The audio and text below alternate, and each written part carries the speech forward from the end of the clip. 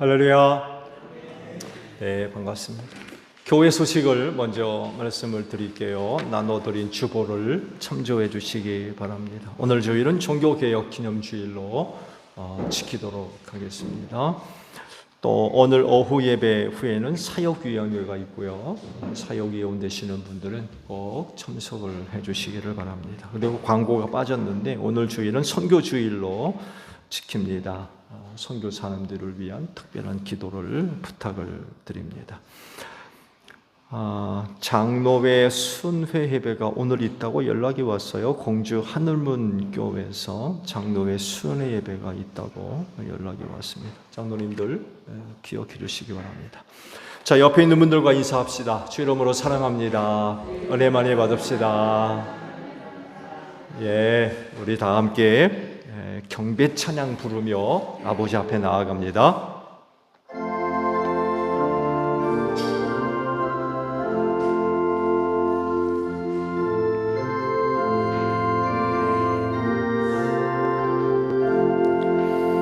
위로의 주 성령 오셔서 큰 증거 주옵소서. 전능한 주시여 각 사람 마음에서 떠나지 마시고 계십소서.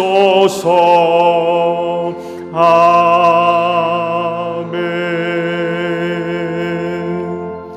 하나님 아버지 감사드립니다. 우리 모두에게 귀한 주일을 허락해 주시고 이 날을 지켜 예배할 수 있도록 한 주간 크신 은혜와 사랑으로 함께 하시며 믿음을 더해 주셔서 감사를 드립니다. 오늘도 이 날을 지켜 하나님 아버지 앞에 예배하오니 오늘도 저희가 드리는 예배를 기쁘게 받아 주시옵소서. 이 시간의 예배를 성령님께 의탁합니다. 하나님께서 기뻐 받으실 만한 예배가 드려질진데 영어로 예배하게 하시고 진리의 예배가 되어져서 하늘아버지 홀로 영광을 받으실 수 있는 귀한 예배가 되어지게 하옵소서. 성령님 이 시간도 우리를 주관하시고 다스리시며 감동으로 함께하여 주옵소서. 그래서 순서마다 힘을 기울이고 뜻을 다하여서 하나님을 예배하는데 조금도 부족함이 없는 저희 모두가 될 수 있도록 성령님 역사하여 주시옵소서. 존귀하신 예수님의 이름으로 기원하옵나이다. 아멘. 회개 기도합니다.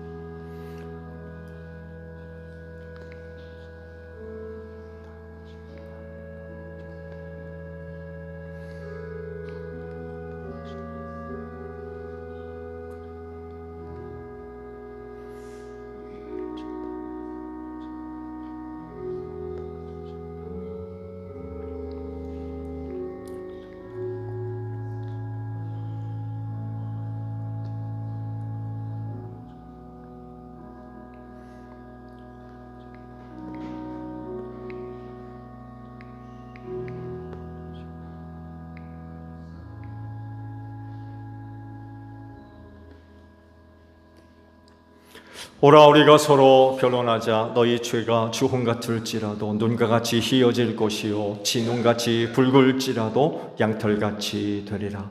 이 말씀대로 진심으로 회개한 여러분의 모든 죄를 예수 그리스도의 십자가의 은혜로 용서하셨습니다.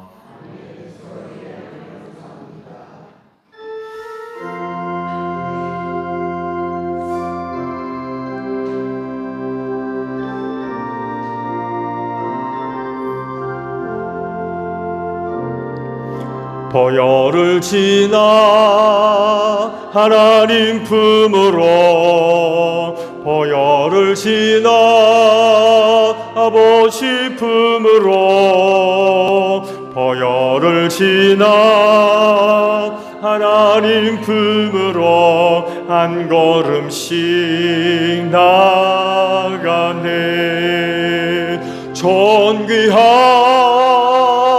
주 보혈이 내 영을 새롭게 하시네. 존귀한 주 보혈이 내 영을 새롭게 하네.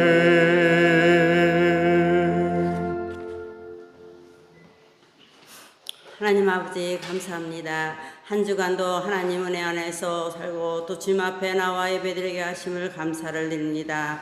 한 주간 되돌아볼 때에 하나님께서 원하시지 않는 일, 하나님께서 기뻐하시지 않는 일도 많이 하였지만은 이 시간을 통하여서 하나님께서 모든 것을 용서하시되 새로운 마음으로 한 주간을 살아갈 수 있는 저희들이 다 될 수 있도록 성령님 인도하여 주시옵소서. 하나님 조정절 성결계를 주님께서 또 사랑하시고 성령께서 저희 조정절 성결계를 건강한 교회로 거듭날 수 있는 그런 교회가 되게 하시고 사랑이 식어지지 않는 교회가 될 수 있도록 성령님 함께하여 주시옵소서. 이 한 시간 우리 민성기 목사님 말씀을 회원하실 때에 그 말씀이 저희들 마음에 와닿는 말씀이 되게 하시고 그 말씀을 듣는 순간에 저희들이 깨달아 알게 하시고 오직 은혜로운 시간이 될 수 있도록 성령님 함께하여 주시옵소서. 오늘 예수님의 이름으로 기도드리옵나이다. 아멘.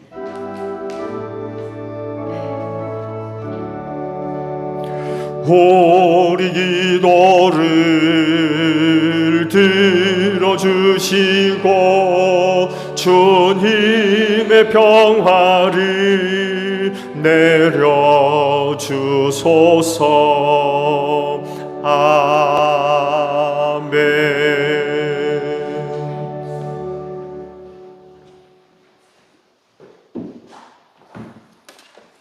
성령 강림절 후 20주 성서 독서 읽겠습니다. 제1독서 요엘 2장 23절에서 32절 말씀입니다.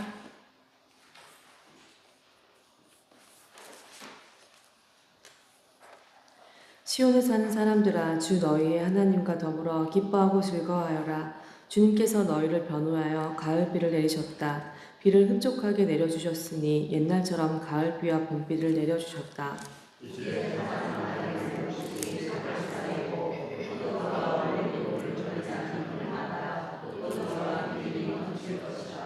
메뚜기와 누리가 썰어먹고 황충과 풀무치가 삼켜버린 그 여러 해의 손해를 내가 너희에게 보상해 주겠다. 그 엄청난 메뚜기 군대를 너희에게 보내어 공격하게 한 것은 바로 나다.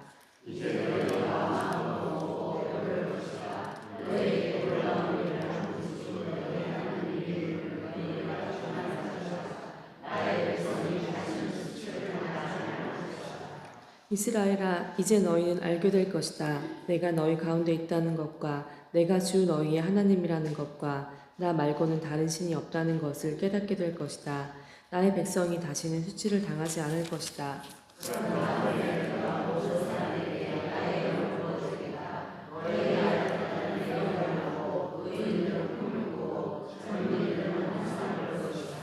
그때가 되면 종들에게까지도 남녀를 가리지 않고 나의 영을 부어주겠다.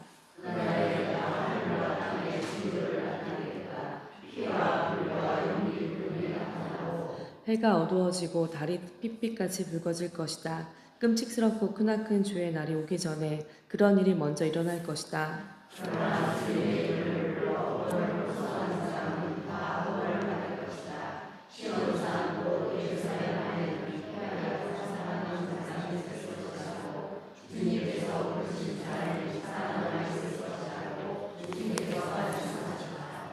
제2독서 디모데후서 4장 6절에서 8절 말씀입니다.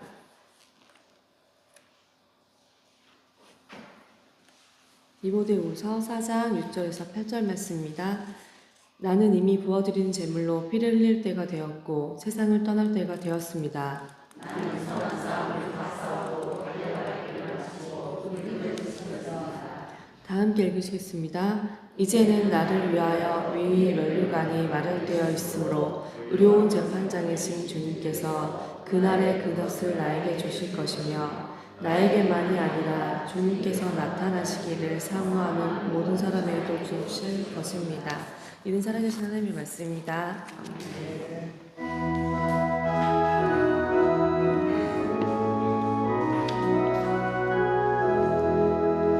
주님의 귀한 말씀은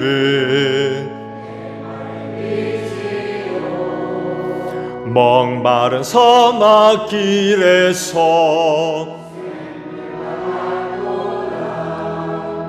굶주린 나의 영혼을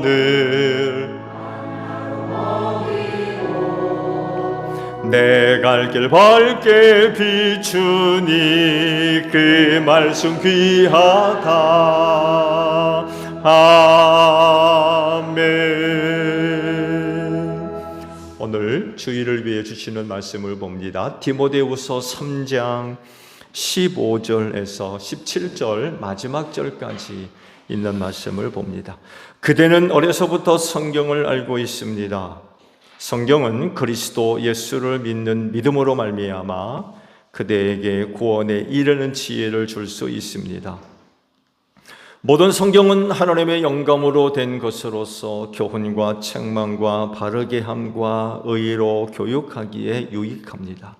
성경은 하나님의 사람을 유능하게 하고 그에게 온갖 선한 일을 할 수 있게 하는 것입니다. 아멘.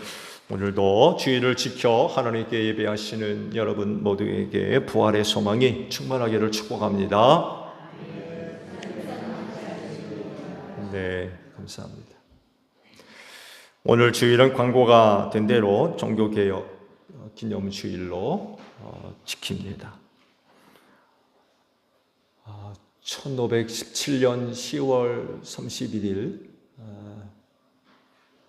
마틴 루터가 95개 조의 방반문이라고 그죠. 이걸 비텐베르그 성당 문에다 붙이면서 종교 개혁이 시작됐다고 이야기를 하죠.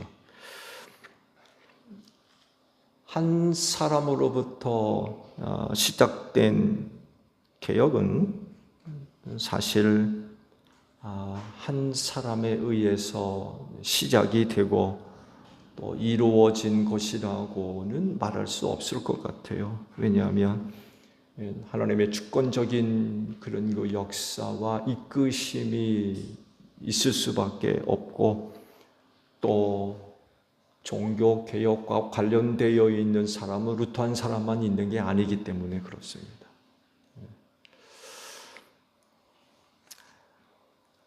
근데 만약 중세교회가 이때 이런 권고의 말을 받아들이고 겸손하게 회개를 하고 신앙의 본질을 회복했다고 하면 어떻게 됐을까라는 그런 그 질문도 생겨요. 안타깝게도 그러지를 못한 거죠.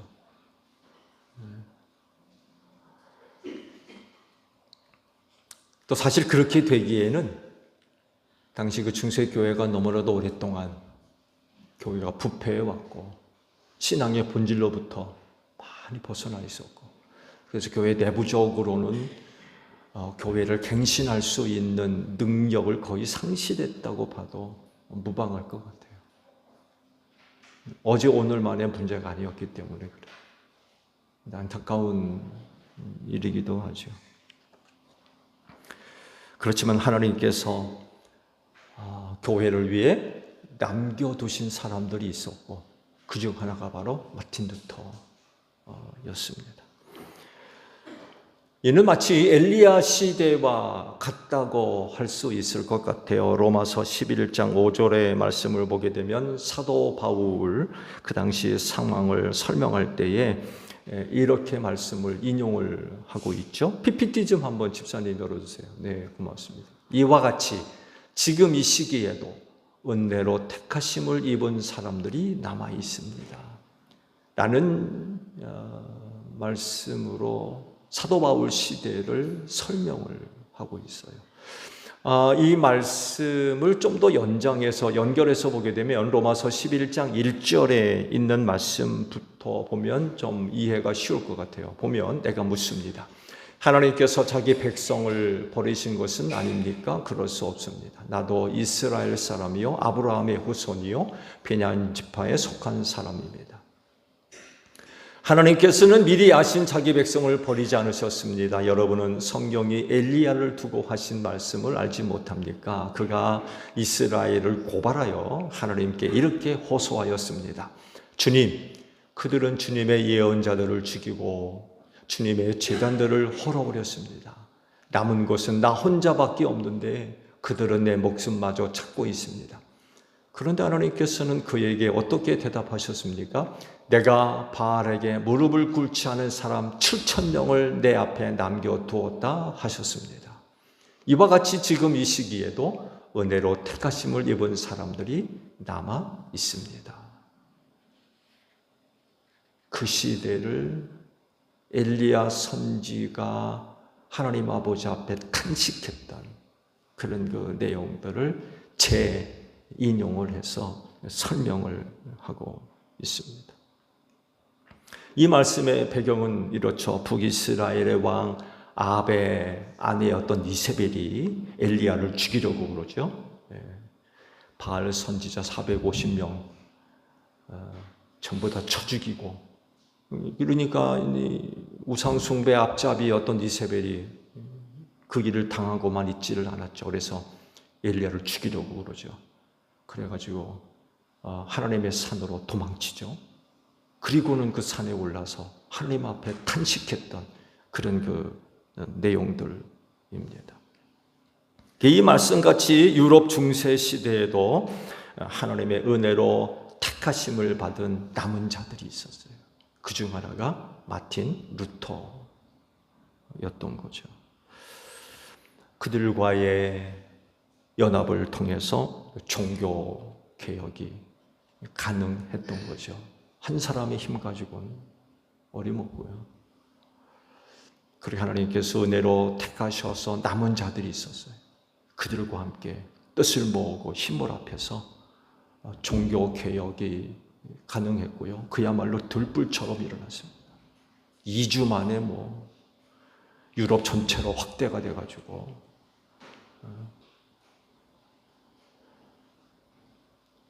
대단한 일이죠. 오늘 이 시대에도 하나님의 은혜로 택하심을 받은 사람들이 남아있는 줄로 믿습니다. 거기에 우리 제일교회 성도들이 다 들어갔으면 좋겠어요. 하나님께서 하셨던 일들의 내용들을 쭉 들여다보게 되면 하나님께서 당신의 뜻을 이루기 위해서 사용하셨던 방법 중에 하나, 많은 사람들이 아닙니다. 많은 사람들이 아니에요. 소수입니다. 몇 사람들. 그 사람이 엘리야 시대에 7,000명이었던 거죠. 하나님께서 바알에게 절하지 않은 7,000명을 남겨두셨다는 거예요. 엘리야는 자기 혼자 남은 줄 알았어요.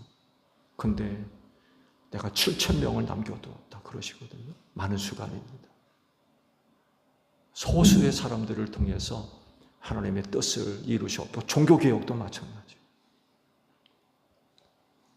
오늘 이 시대에도 그때 그렇게 일하셨던 하나님, 지금도 마찬가지입니다. 많은 사람들이 아닙니다.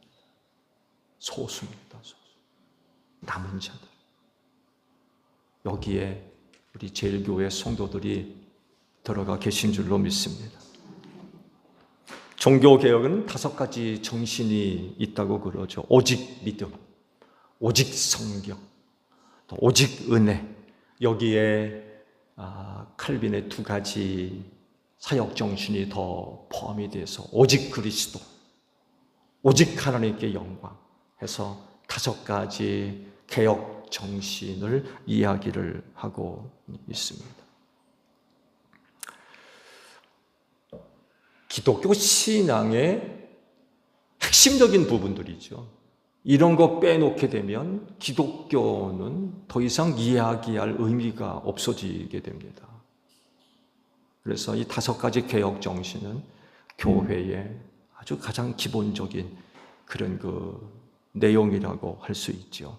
근데 그럼에도 불구하고 당시 중세 가톨릭은 이와 같은 교회의 가장 기본적인 진리를 무시했던 거죠. 지켜지지를 않았어요. 존중되지 않고요. 또 이런 것들이 제대로 가르쳐지지를 못했습니다. 그래서 종교개혁은 다른 것이 아니라 무너진 그 신앙의 본질을 회복하는 것입니다. 새로운 종교를 만드는 게 아니에요. 종교개혁의 가장 기본적인 이유는요, 교회가 잃어버렸던 기본, 본질, 그것을 회복하고 그것을 지키는 것입니다. 이 많은 사람들이 종교개혁하게 되면 새로운 종교를 만들어낸 하나의 종교운동으로 보려고 하는 그런 시각들도 있는데 여러분 그렇지 않습니다. 종교개혁의 기본 정신은 교회가 잃어버렸던 본질, 그것을 지키고 회복하는 것이었습니다. 그래서 다른 사람들은 몰라도 개신교인들은요, 이 개혁 정신을 이어가야 돼요. 우리가 그런 개혁 정신 위에 교회가 세워졌고 그런 신앙을 중심으로 해서 신앙생활을 하고 있기 때문에 그렇습니다. 그래서 여러분 한 분 한 분이 개혁자의 신앙의 정신을 이어가는, 지켜가는, 회복시켜 나가는 그런 모습들이 나타나야 됩니다. 우리는 2번 다시 타락한 중세교회의 전철을 밟는 일은 절대로 있으면 안 됩니다. 그러나 그럼에도 불구하고 오늘날 현대교회의 위기를 이야기를 하고 있죠. 역사는 반복된다고 그러죠. 놀랍게도 현대교회가 교회 부패를 지금 전철을 밟아가고 있다고도 이야기를 하고 있습니다. 굉장히 걱정스러운 그런 상황 가운데 있어요. 말씀을 드리겠습니다만 해도 단순히 인구수가 줄므로 인하여 교회 수가 준다? 주일학교가 사라지고 학생들이, 청년들이 교회에서 사라지는, 여러분 이게 진짜 위기가 아니라 교회가 교회 본질을 잃어버리는 게 진짜 심각한 문제입니다. 이런 부분에 있어서 현대교회가 많은 위기를 안고 있기 때문에 종교개혁 기념주의를 통하여서 개신교인으로서 개혁자들의 신앙 정신을 이어가고 회복시켜 나가는, 그렇게 하려고 애쓰는 그런 모습들이 여러분 한 분 한 분을 통하여서 고백되어져야만 합니다. 그래서 오늘 주일은요, 종교개혁의 5가지 정신 중에 오직 성경으로라고 하는 부분에 대해서 설교를 하려고 합니다. 앞서 잠깐 말씀을 드린 대로 하나님께서 한 사람, 즉 마틴 루터를 준비해 두셨는데요, 그를 종교개혁자로 세우셨던 말씀이 한 구절 있습니다. 이 한 구절의 말씀에 마틴 루터가 깨어났어요.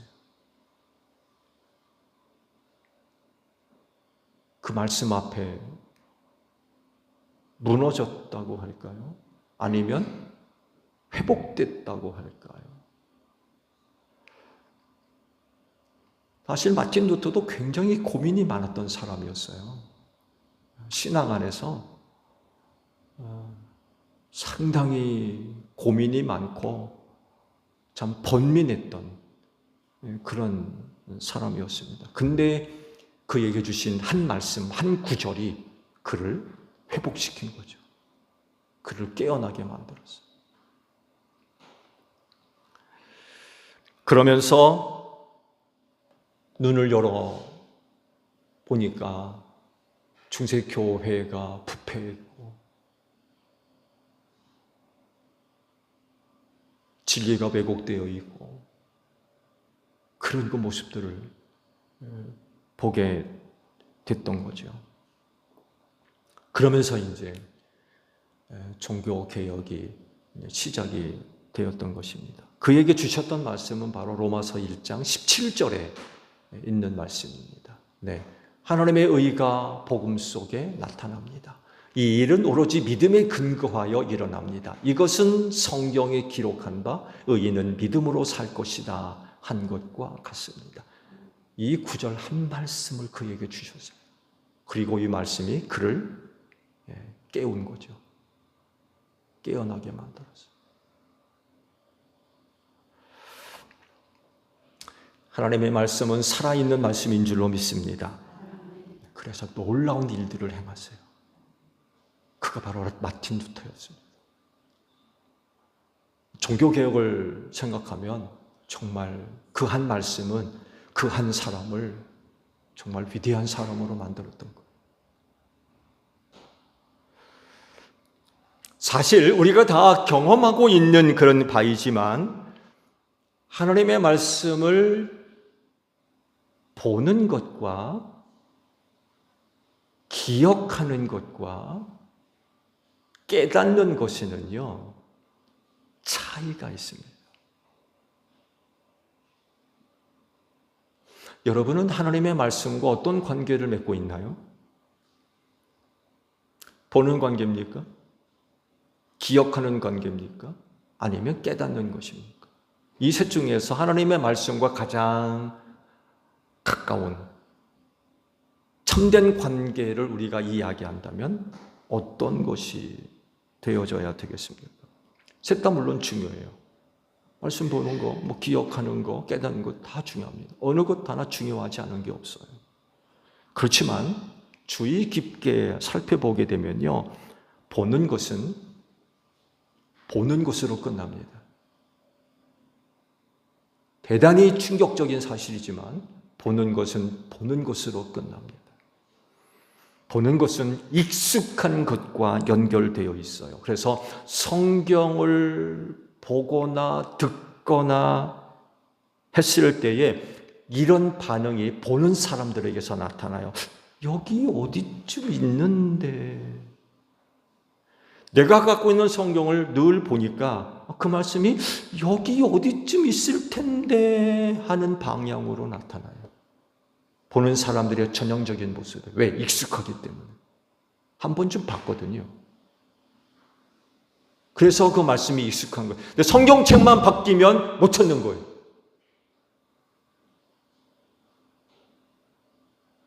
왜? 내가 늘 보던 성경이 아니기 때문에. 여기 어디쯤 있는데 라고 했는데 성경이 바뀌니까 못 찾는 거예요. 어디쯤 있는 거예요. 이게 보는 사람들의 전형적인 반응입니다. 이에 반해서 기억하는 것은 조금 달라요.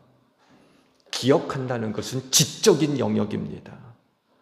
그래서 누군가가 성경 말씀을 이야기하면 그 말씀 내가 기억하고 있기 때문에 그래요. 보는 사람들은 이거 전혀 반응을 못하고요. 근데 보기만 했기 때문에 기억 속에 남아있지도 않아요. 단지 익숙할 뿐이지. 그래서 누군가가 그 말씀을 하게 되면 그 말씀 왜 기억하고 있습니까? 그렇게 반응이 나타나요. 깨닫는 건 뭐예요?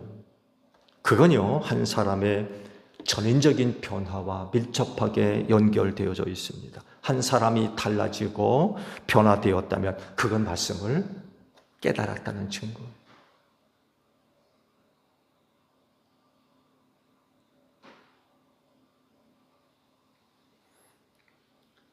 여러분, 하나님의 말씀에 의도하는 것이 뭘까요? 그건 그 한 사람을 변화시키는 겁니다. 하나님의 사람으로 변화시키는 것. 말씀의 중요한 목표입니다. 그래서 하나님의 말씀을 대면할 때 변화가 없다는 건 그건 위험한 거예요.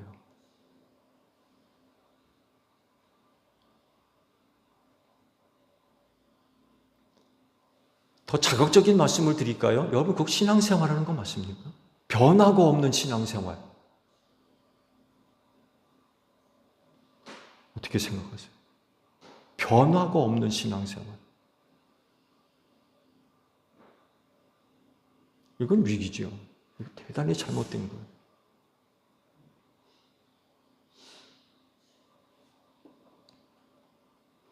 변화가 나타나지 않는다, 변화가 없다라고 하는 것은 결국 하나님이 찾으시고 바라시고 원하는 모습을 못 보여드리고 있다는 얘기잖아요.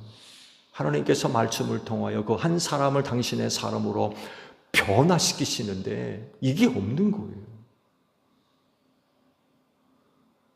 그러면 10년, 20년 평생 교회 다니면 무슨 의미가 있어요? 하나님의 사람으로 변화가 안 되는데.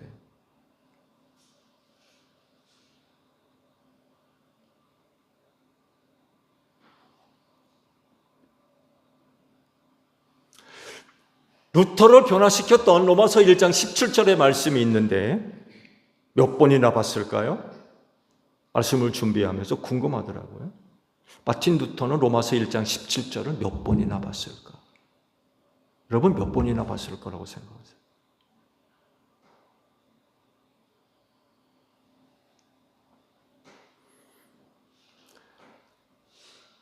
마틴 루터를 연구하는 분들은 로마서 1장 17절의 경험을 탑 경험이라고 불러요.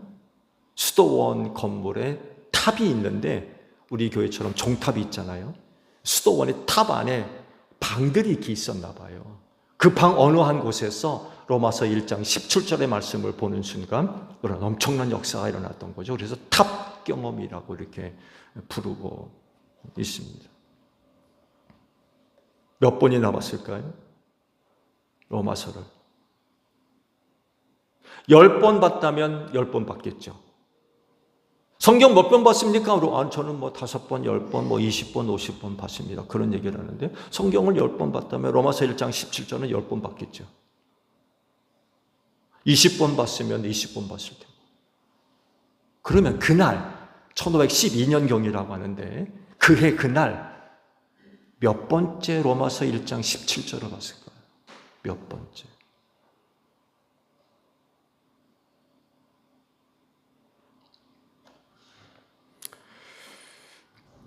주제별로 성경을 볼 때 주제별로 혹은 묶음별로 복음서, 서신서, 예언 이렇게 성경을 나눠 볼 수 있잖아요.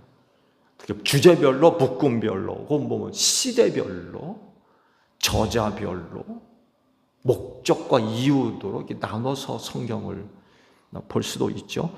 그렇게 나눈 법을 통해서 성경을 본다고 하면 더 자주 봤을 겁니다. 여러분들 그렇게 성경 보신 적 있죠? 휴일이 있다고 그러면 2, 3일 동안 내가 복음서를 다 봐야 되겠다. 마태, 마가, 누가, 요한을 그 휴일 기간 동안 집중적으로 보게 되면 다른 어떤 때보다도 복음서를 더 많이 보게 되겠죠. 아니면 서신서를 내가 이 기간 동안에 보게 되겠다 그러면 다른 어떤 때보다도 서신서를 집중적으로 보게 돼요. 옥중서신 그것만 또 집중적으로 보게 되면 어느 때보다도 그 옥중서신에 대한 말씀들을 집중적으로 더 볼 수가 있게 되겠죠. 더욱이 그가 교수로 임명되면서 뭘 담당했냐면요. 시편과 로마서와 갈라디아서를 가르치게 됐어요. 그러면 그걸 가르치려면 로마서 잘 봐야죠. 한두 번 봐서는 안 되잖아요. 그걸 가르쳐야 될 교수라 그러면 다른 어떤 때보다도 누구보다도 시편과 로마서와 갈라디아서를 집중적으로 봐야 됩니다. 아마 그가 교수로서 그 말씀들을 가르쳐야 된다고 하면 정말 많이 봤을 겁니다. 정말 많이. 다른 사람들이 보는 것 이상으로 집중적으로 아마 보게 됐을 겁니다. 근데 왜 하필이면 1512년 수도원 탑방에서 그런 일이 일어났을까요? 왜 하필 그곳에서, 그 시간에? 로마서를 가르쳐야 할 교수라고 하면 로마서 1장 17절에 있는 말씀 수도 없이 봤을 겁니다. 수도 없이. 근데 그날만큼은 달랐던 거예요.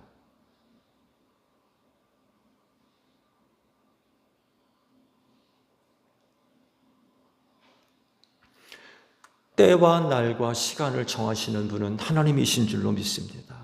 루터가요, 횟수를 알 수 없을 정도로 로마서를 보았다 할지라도 그날 그 순간 그 말씀을 보고 깨닫게 하시는 이는 성령님이셨던 거죠. 정말 많이 봤을 겁니다. 근데 그때에는 그냥 지나갔어요. 로마서 1장 17절 그냥 지나갔어요. 어제도 그냥 보고 지나가고 그제도 가서 일주일 전에도 보고 그냥 지나가고. 근데 1512년 그날만큼은 달랐던 거예요.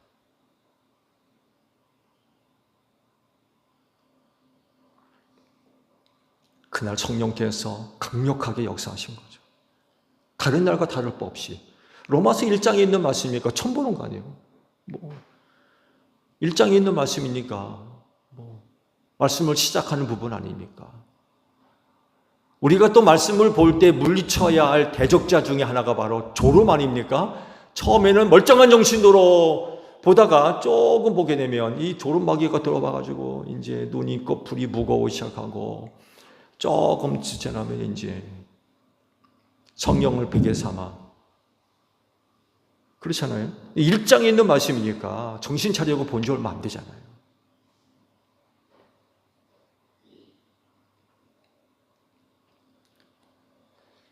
그렇지만 그때는 성령께서 정말 강력하게 역사하심으로 인하여 그동안 개인적으로 안고 있었던 신앙적이고 영적이었던 갈등의 문제들, 번민의 문제들 한순간에 해결해 버리신 거죠. 그렇게 되면서 영의 눈을 열어버리셨어요. 그리고 바라보니까 당시 교회의 부패, 신앙의 왜곡 이런 것들이 이제 눈에 보이기 시작했던 거죠. 비성경적인 것들이 교회의 역사와 전통에 흘러서 진리가 돼버리고 비성경적인 것, 지극히 세상적이고 인간적인 그런 그 이유와 동기들이 교회의 역사와 전통이 돼가지고 그냥 신앙으로 고착화되어 버렸어요. 성경이 없는데 그런 것들이 참 많이 있습니다.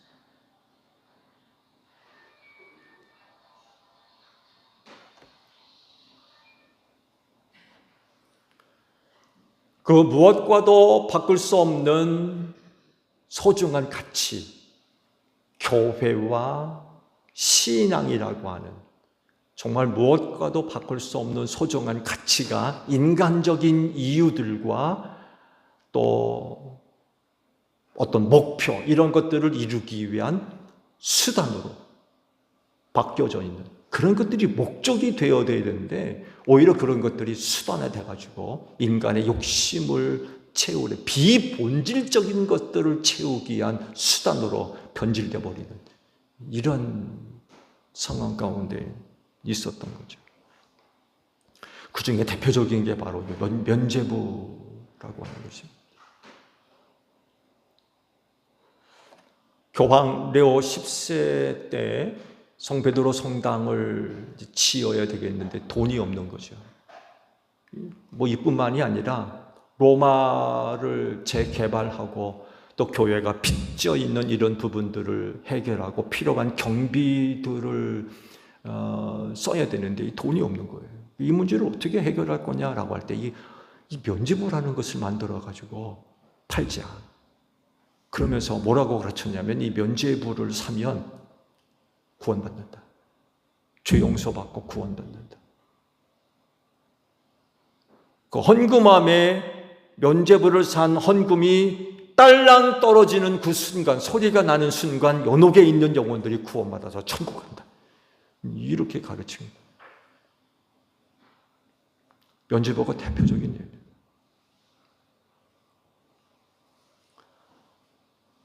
사람이 죄와 사망에서 구원받는 문제를 돈으로 해결하려고 했던 거죠. 돈 내면, 돈 주고 면죄부를 사면 죄사함 받고 구원받는다. 말도 안 되는 거죠. 성경 어느 곳에 돈으로 그 영혼이 구원받는다고 말씀하고 있는 곳이 어디 있습니까?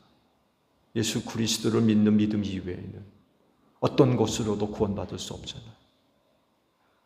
우리를 구원할 이름, 예수 그리스도 이외에는 어떤 이름도 우리가 받은 일이 없다. 그 예수를 믿는 믿음이 아니고서는 어떤 누구도 죄와 사망에서 구원받을 수 없다고 말씀하고 있음에도 불구하고 당시 중세교회는 그렇게 가르쳤어요. 돈으로 해결하려고 했던 거죠. 근데 목적은 다른 데 있던 거죠. 다른 데. 신앙의 소중한 그런 그 이유들을 그런 그 비본질적인 것들을 이루기 위한 수단으로 변질시켜가지고 중세교회와 성도들을 타락시킨 거죠. 정말 주님께서 바리새인들을 책망하셨던 것 같이 배나 지옥 자식으로 만들어버립니다. 저들의 영혼을 구원해서 천국 가도록 만드는 게 아니라 지옥 자식이 만들고 있습니다. 사망 권세가 이기지 못하도록 교회를 축복하시고 세우셨는데 그 교회가 지옥이 되는, 그 사람을 살리는, 생명을 주는 곳이 아니라 그 영혼을 죽이는 그런 곳으로 만들고 있었던 거죠.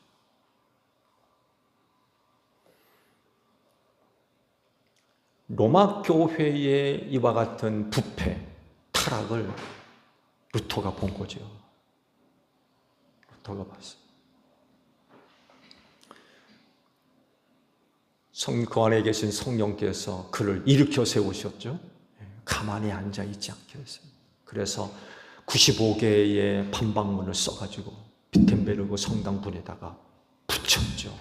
그러면서 이제 종교 개혁이 일어나게 됐고, 말씀드린 대로 들불 번져나가듯이 그렇게 번져나가게 됐습니다. 말씀드렸죠. 종교 개혁은 루터 한 사람만에 의해서 이루어진 게 아닙니다.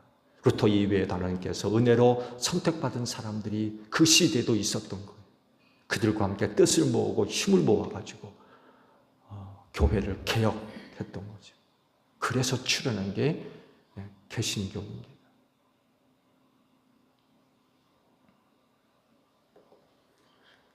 하나의 말씀이 한 사람을 강력하게 사로잡았어요. 그날 그대는 어려서부터 성경을 알고 있습니다. 성경은 그리스도 예수를 믿는 믿음으로 말미암아 그대에게 구원에 이르는 지혜를 줄 수 있습니다.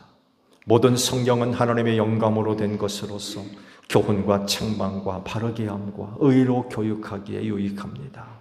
성경은 하나님의 사람을 유능하게 하고 그에게 온갖 선한 일을 할 수 있게 하는 것입니다. 이 말씀이 마틴 루터를 통해서 이루어진 거죠. 오늘 이 말씀이 여러분을 통해서도 이루어질 줄로 믿습니다. 교회를 바로 세우십시오. 이런 말씀에 붙들려서 교회를 바로 세우십시오. 그때 그렇게 역사하신 성령께서 오늘도 남은 자들을 통해서 그렇게 역사하고 계시는 줄로 믿습니다. 그래도 세상의 희망은 교회밖에 없어요. 교회 위기가 많이 이야기됨에도 불구하고 그래도 그나마 세상의 희망은 교회밖에 없습니다. 이 희망을 누가 세워갈 거냐라고 할 때 바로 남은 자들의, 그래도 그 가운데 하나님께서 택하셨던 남은 자들, 소수의 남은 자들, 마틴 루터 같은 사람.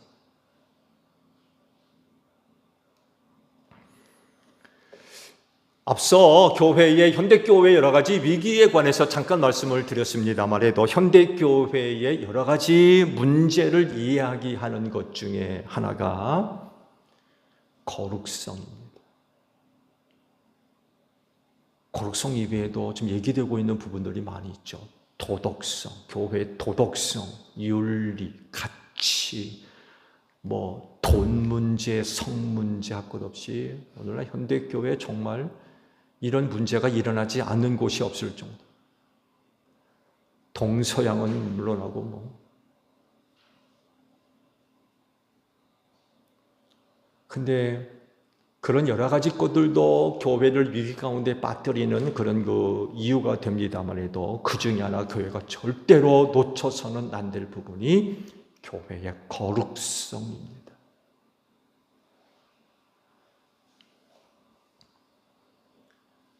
교회가 세속적인 것과 구분이 되지를 않아요. 이게 교회인지 단체인지 계모임인지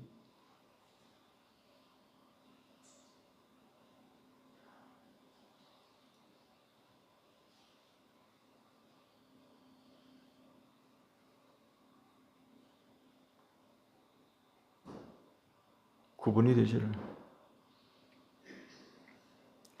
거룩하신 하나님께서 독생하신 아들 예수 그리스도의 피값으로 사셔서 당신의 것으로 삼으신 것이 교회 아닙니까? 그러면 그 교회는 어떠해야 되겠습니까? 하나님이 거룩하듯 그 교회도 거룩해야 됩니다. 그러시잖아요. 내가 거룩하니 너희도 거룩해야 된다. 다른 어떤 것보다도 교회는 그런 곳이기 때문에 거룩해야 됩니다. 근데 오늘날 이 거룩성에 문제가 자꾸 발생하는 거예요. 세속적인 것과 구분이 안 되려고 그래. 자꾸 세속적인 것들이 교회 안에 들어오는 거예요. 세속적인 것들로 교회를 운영하려고 그러고, 세속적인 내용들이 교회 안에서 인정되려고 그러고, 그걸 따라가려고, 지지하려고 그러고.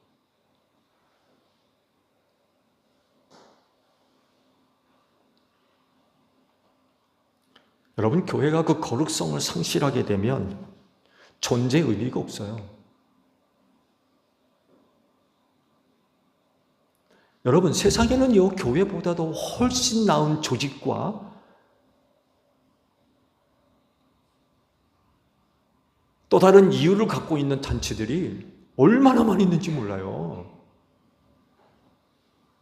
그런 곳과 교회가 다를 수 있는 존재, 다른 이유를 찾는다고 그러면 거룩성이에요. 이 거룩함을 교회가 잃어버리면 존재 의미가 없다니까요. 교회가 왜 있어야 됩니까?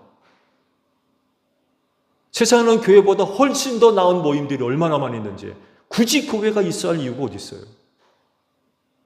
그렇지 않나요? 지금도 이 자리에 여러분들이 앉아있지만 지금 이 시간에 교회 밖에 다른 단체는요, 지금 이 시간보다도 훨씬 더 즐겁고 기쁘고 유쾌한 그런 장소와 시간을 마련되어 있는 그 장소가 얼마나 많이 있는지 몰라요. 그러나 그럼에도 불구하고 오늘 이 자리에 앉아있는 이유가 뭐예요? 그 교회가 거룩하기 때문에 그래요. 근데 교회가 그 거룩성을 잃어버리면 무슨 의미가 있느냐고요. 차라리 이 시간에 다른 데 가 있지. 다른 데 가서 한 번 더 웃고 한 번 더 내가 하고 싶은 거 하지. 왜 여기 앉아 있느냐 말이에요.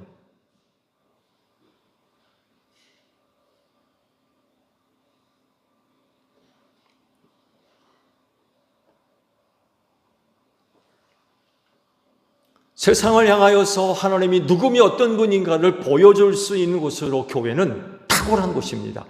교회만큼 탁월한 곳이 없어요. 세상이 하나님을 압니까? 모르잖아요. 그럼 모르는 세상을 향하여서 오늘 우리가 섬기는 하나님이 누구미 어떤 분인가를 보여줄 수 있는 곳으로서 교회는 탁월한 곳입니다. 교회만큼 탁월한 곳이 없어요. 그런데 그 교회가 그 거룩성을 잃어버린다? 그 기능은 상실한 것과 다를 바 없어요. 교회가 교회로 역할을 못하고 있다는 얘기예요. 교회 위기죠.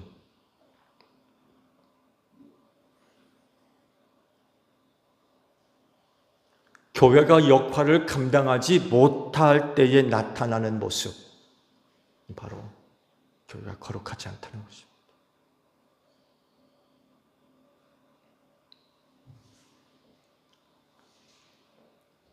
누가 교회를 이렇게 만들어요? 누가?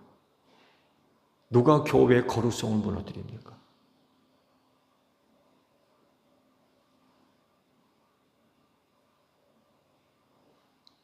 여러분, 이스라엘 민족이 위기를 겪을 수밖에 없는 여러 가지 이유 중에 하나가 바로 이 거룩함의 문제인 걸 아십니까? 그 백성이 더 이상 거룩하지 않아요. 하나님께서 이스라엘 백성들을 택하신 이유가 어디 있어요? 택하셔서 거룩한 백성으로 삼으셨거든요. 그리고 그 거룩함을 위해 율법을 주셨고 죄 사는 백성이 되게 하셨고, 근데 시간이 흐르면서 이스라엘 백성으로서의 거룩함을 상실해 갑니다. 왜? 우상 숭배예요. 하나님만 섬겨야 될 백성들이 하나님을 섬기지 않는 이방 민족과 똑같이 우상 섬기는 거예요. 율법 안 지켜요.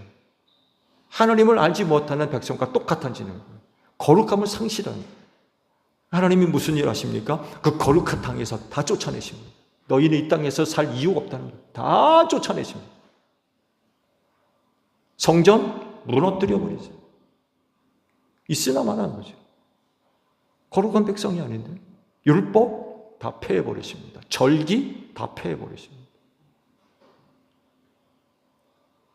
이스라엘 백성들이 진정한 위기는 어디에 있었느냐? 거룩함을 상실했기 때문에 그래요. 중세 카톨릭의 위기가 어디에 있어요? 거룩함의 문제입니다. 교회가 더 이상 거룩하지 않아요. 말씀대로 교회가 움직이지 않습니다. 말씀 지키지 않습니다. 말씀 따르지 않습니다.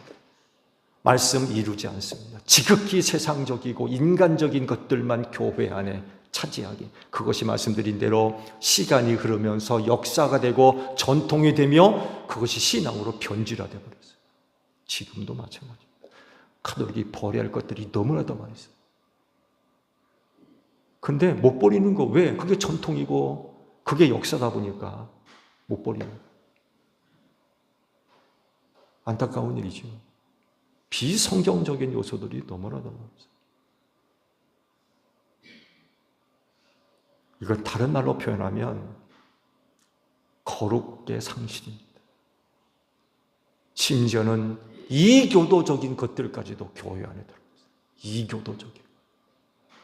초대교로부터 이어받은 신앙의 소중한 전통들이 변질돼 가지고 이교도적인 그런 요소들까지 교회 안에 들어옵니다.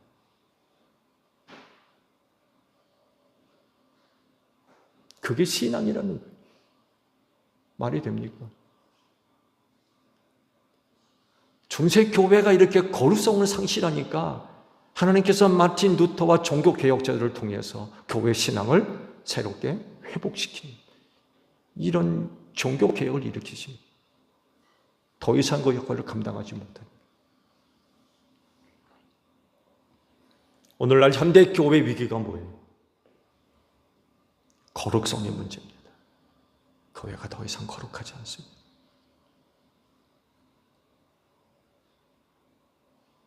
교인 수가 준다고요? 당연한 겁니다. 인구수가 주는데요.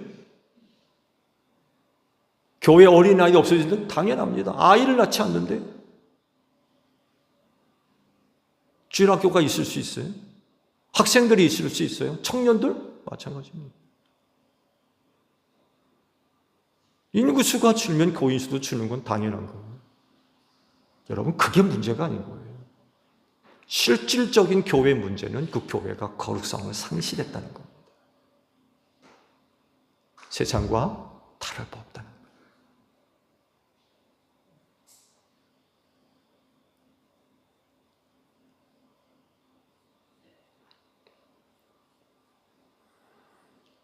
교회 세속화죠. 교회가 자신을 거룩하게 지켜나가는 그런 게 아니라 거룩을 버리고 세속화돼요. 세속적 가치, 세속적인 문화, 이런 것들이 무비판적으로 받아들여져서 교회의 거룩성을 훼손시켜 나가는 거죠.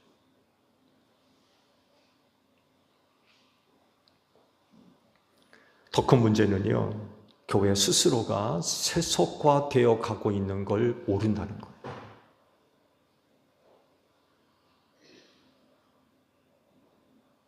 교회 안에 있는 사람들이 오늘 내가 섬기는 그 교회가 세속화되고 있다는 걸 모르고 있는 거예요. 가랑비에 옷 젖는다고 그러나요? 세속화의 바람이 오랫동안 교회 안에 불다 보니까 모르는 거예요.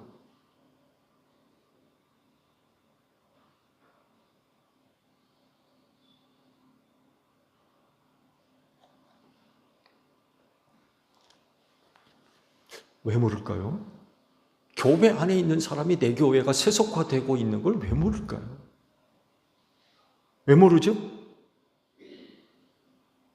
가장 큰 원인은요, 성경을 안 본다는 것입니다. 성경을 몰라요.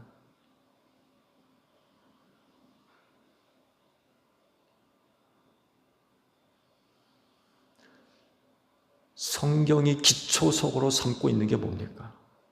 여러분이 개개인이 갖고 있는 어떤 신비한 체험입니까? 경험입니까? 그런 거예요? 여러분이 갖고 있는 명예, 재물, 세속적인 권력, 그런 겁니까? 아니잖아요.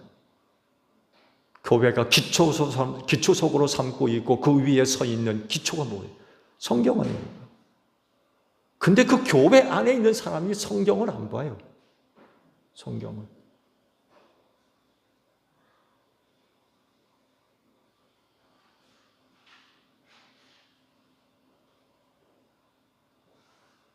성경이 뭐라고 말씀하고 있는지를 모르는 거예요.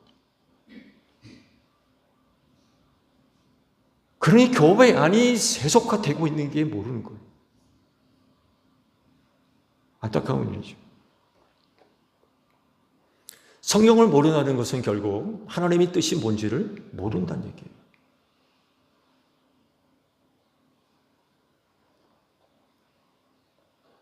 교회가 결국 하나님의 뜻을 실현해가는, 하나님을 알지 못하는 세상을 향하여서 하나님이 어떤 분인가를 알려줘야 할 그 역할을 감당하는 교회인데, 그 교회 안에 있는 사람들이 성경을 모르니까 하나님의 뜻이 뭔지를 모르고, 그러다 보니까 교회 안에 부는 세속화의 바람이 뭔지도 몰라요.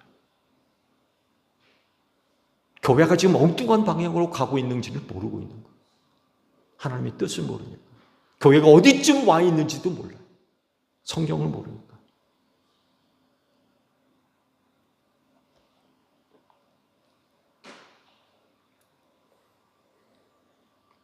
하나님께서 아들의 핏값을 지불하시고 교회를 당신의 것으로 삼으심에도 불구하고 교회가 거룩하지도 않고 속된 것조차도 모르니 어찌 위기라고 이야기하지 않겠습니까?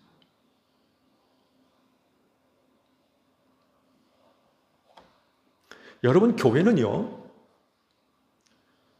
도덕적이거나 윤리적 아니면 민주적으로 이루어가는 곳이라고 생각하십니까?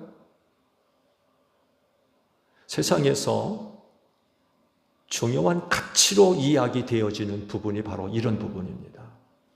도덕적이며 윤리적이고 민주적인 것. 물론 이데올로기적으로 사회주의나 공산주의에서는 다른 얘기를 하겠죠. 그렇지만 적어도 자유민주주의 체제 안에서 도덕과 윤리 그리고 민주적인 방식은 굉장히 중요한 이유고 요소입니다. 그런 것들을 바탕으로 해서 사회가 구성되잖아요. 오늘날 놀랍게도 교회 안에 있는 어떤 사람들은요, 그 교회가 도덕과 윤리, 민주적으로 교회가 움직여지고 그렇게 구성돼야 되는 줄로 알고 있어요. 그래요? 맞는 얘기입니까? 여러분, 교회는 그런 곳이 아닙니다. 교회는 지극히 성경적이라야 됩니다. 성경적.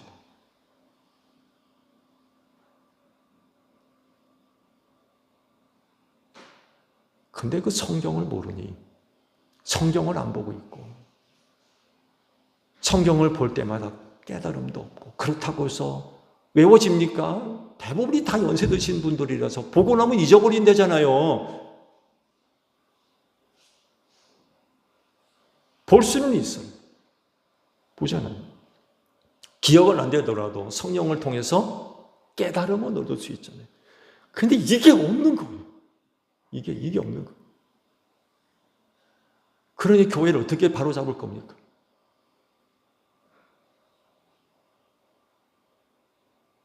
그러니까 자꾸 교회가 다른 것들이 들어와 가지고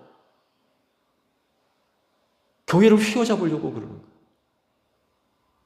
심지어는 교회가 이데올로기에 붙들려 가지고 좌파냐 우파냐 뭐 보수냐 진보냐 이런 것 따지고 있고. 여러분, 교회가 이런 곳입니까? 교회가 이런 곳에 의해서 좌우되는 곳이에요? 왜 교회 안에서 좌파냐 우파냐 보수냐 진보냐를 얘기해요? 성경을 이야기해야죠.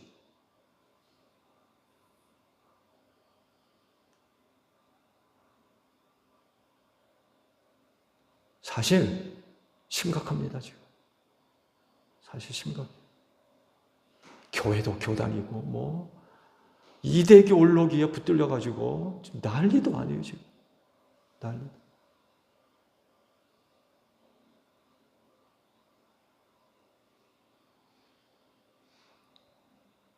어느 한 분이 간증하는 이야기를 듣게 됐는데 그분이 그런 얘기를 하더라고요. 교단에서 탈퇴했대요. 한 목사가 한 교회가 교단에서 탈퇴하는 건 굉장히 어려운 일입니다. 근데 탈퇴했다는 거예요. 이유를 보니까 과거에는 그래도 좀 붙어볼만 했는데, 붙어 있을만 했는데, 현재 와서 속해 있는 교단에 거의 95% 이상이 좌경화되어 있다는 거예요.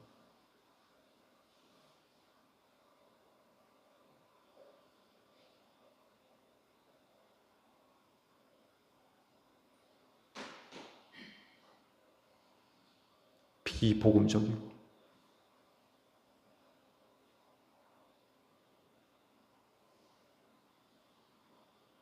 말씀에 서 있지 않고 그야말로 이교도적인 그런 색채를 띤 그릇건들과 연합하려고 그러고 교단 버리고 나왔다는 거예요. 견딜 수가 없어서.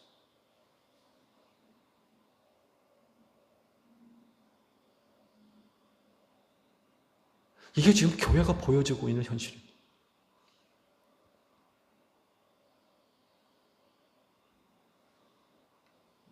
말씀을 드린 대로 아니 어떻게 교회가 이데올로기에 붙들려가지고 좌파니 우파니 뭐 보수니 진보니 그러냐 말이에요.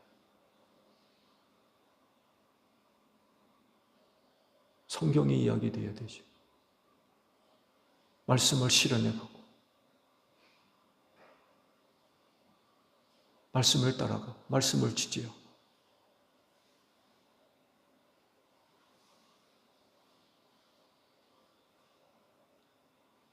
결국 뭘 얘기하느냐? 교회가 거룩성을 상실해 가고 있다는 거예요. 교회가 속되고 있다는 거예요. 그 어떤 곳에 의해서도 교회가 흔들리거나 영향을 받는 일이 없어야 되는데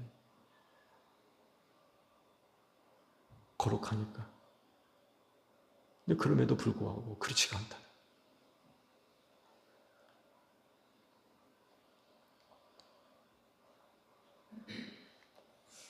여러분, 교회가 거룩한 곳이 맞습니까? 교회가 거룩한 곳이라고 하면 오직 성경대로 되어지는 것입니다.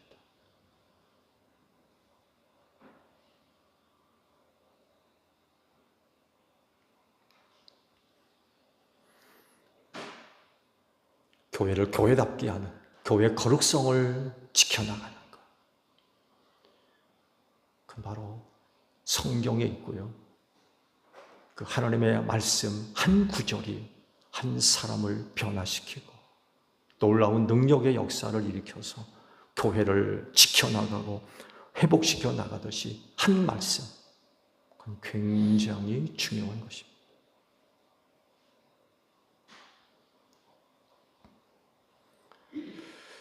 성경의 한 구절이라 할지라도 살아계신 하나님의 살아있는 말씀인 줄로 믿습니다. 그래서 한 사람 안에서 놀라운 그런 그 역사를 일으켜서 하나님의 뜻을 이루어 가십니다. 그 사람이 바로 마틴 루터였고 바로 여러분들인 줄로 믿습니다. 그럴진데 성경대로 삽시다. 말씀대로 사는 여러분들이 되셔서 교회의 거룩성을 끝까지 지켜나갈 수 있는 여러분들이 되시기를 바랍니다. 기도하겠습니다. 종교개혁기념주의를 맞이해서 오늘 제1교회 모든 성도들, 개혁자들의 신앙의 정신을 지켜가고 이어가는데 부족함이 없게 하소서. 특히 교회 거룩성에 심각한 문제들이 일어나고 있는 이때에 오직 하나님의 말씀으로 돌아가는, 하나님의 말씀에 순종하는, 하나님의 말씀을 실현해가는 저희 제1교회 모든 성도들이 되어져서 이 교회의 거룩성을 끝까지 지켜나갈 수 있는 저희 모두가 되어지게 하옵소서. 예수님의 이름으로 기도하옵나이다. 아멘.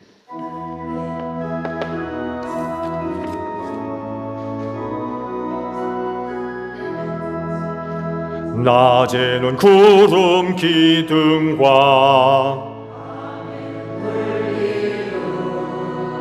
주 백성 앞에 나타나 하늘의 깊은 지혜를 주 말씀 밝히 알도록 늘 도와주소서. 아멘. 찬송가 586장 우리 부르시면서 화답 찬양 우리 하나님께 드립니다.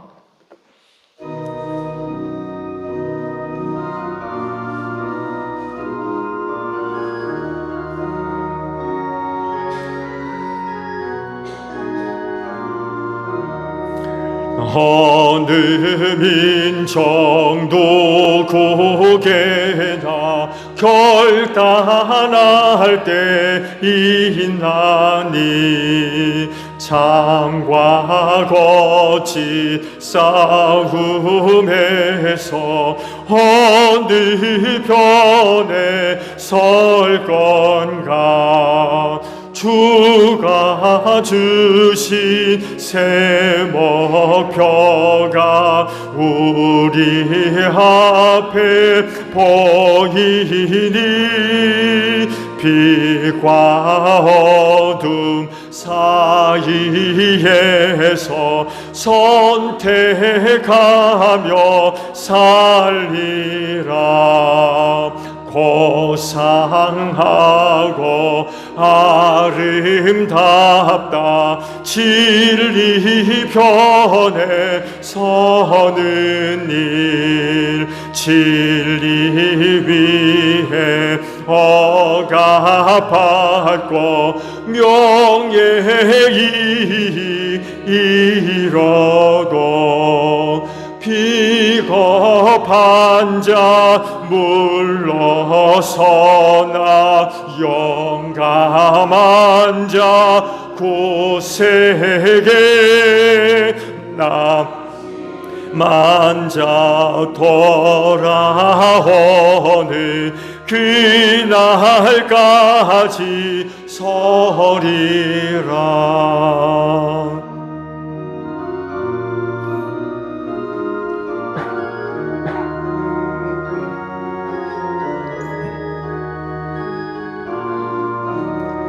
악이 비록 성하여도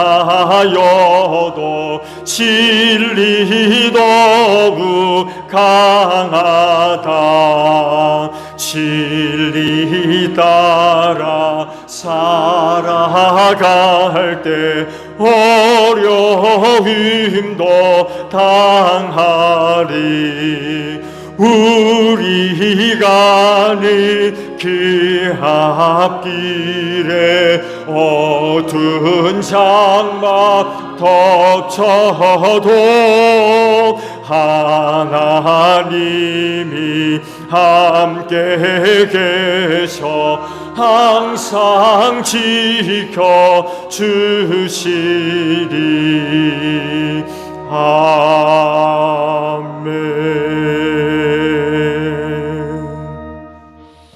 주께서 말씀하시길 내가 제단에 제물을 드리려고 하다가 내 형제나 자매가 내 어떤 원한을 품고 있다는 생각이 나거든 너는 그 제물을 제단 앞에 놓아두고 먼저 가서 내 형제나 자매와 화해하여라. 그런 다음에 돌아와서 제물을 드려라 하셨습니다.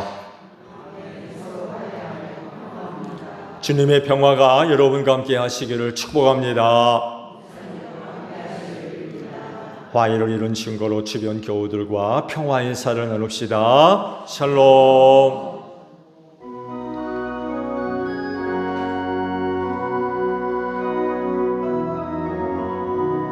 하나님 어린 양 세상의 죄를 없애시는 주여, 하나님 어린 양 세상의 죄를 없애시는 주여, 하나님 어린 양 세상의 죄를 없애시는 주여, 우리에게 평화를 주소서. 여러분, 성경이 이르기를 각자 마음의 정한대로 해야 하고 아까워하면서 내거나 마지못해 사는 일은 없어야 합니다. 하나님께서는 기쁜 마음으로 내는 사람을 사랑하십니다 라고 하셨습니다.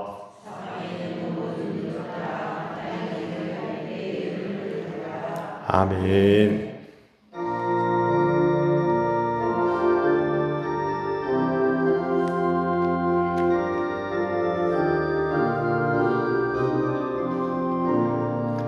내 주는 강한 성이여 방패와 병기 되시니 큰 환난에서 우리를 구하여 내시리로다.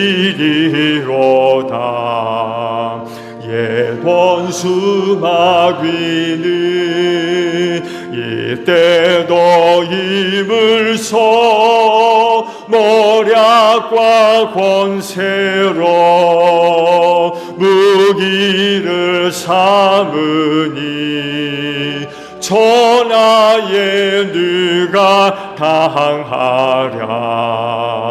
내 힘만 의지할 때는 패할 수밖에 없도다.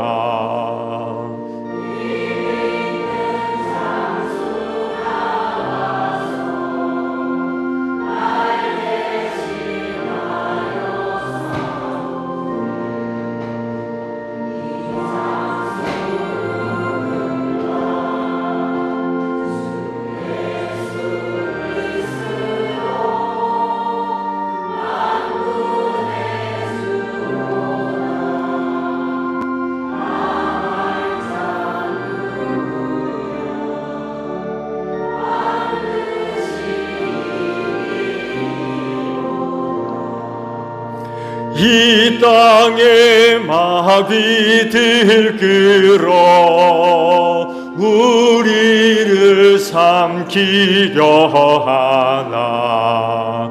겁내지 말고 섰거라. 진리로 이기리로다. 친척과 재물과 명예와 생명이 다 빼앗긴데도 진리는 살아서 그 나라 영원하리라.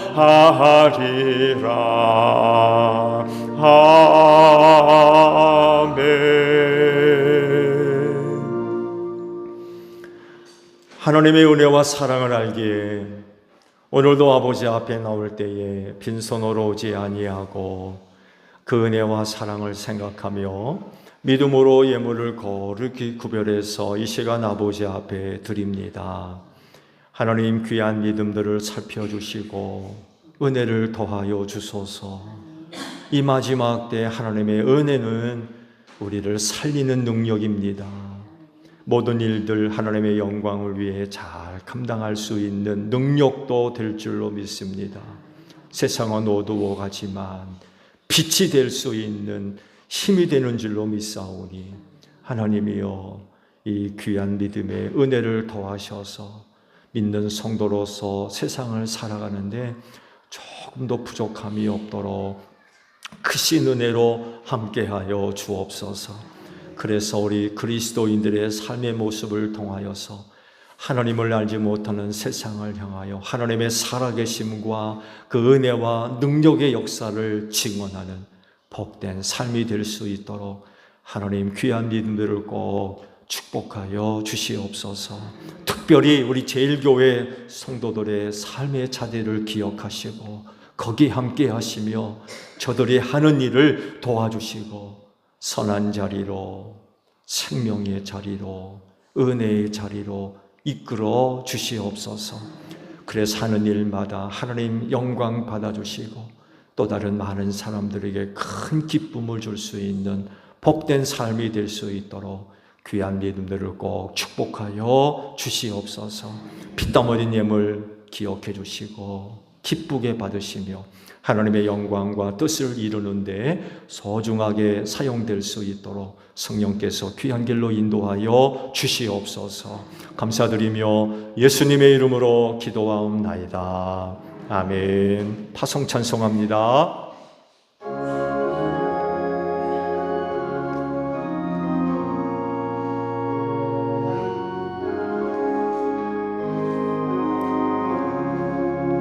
눈을 들어 하늘 보라. 다시 사신 그리스도 만 백성을 사랑하사 오래 참고 기다리네. 인내하신 우리 구주 의의 심판하시는 날 곧 가까이 임하는데 믿는 자여 어이할꼬.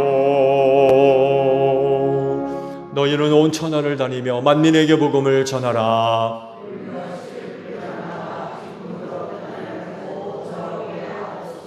아멘. 지금은 우리 주 예수 그리스도의 은혜와 하나님 아버지의 극진하신 사랑하심과 성령님의 교통하심이 주의를 지켜 아버지 앞에 예배하는 성도들 위해 영원히 함께 하시기를 축원하옵나이다.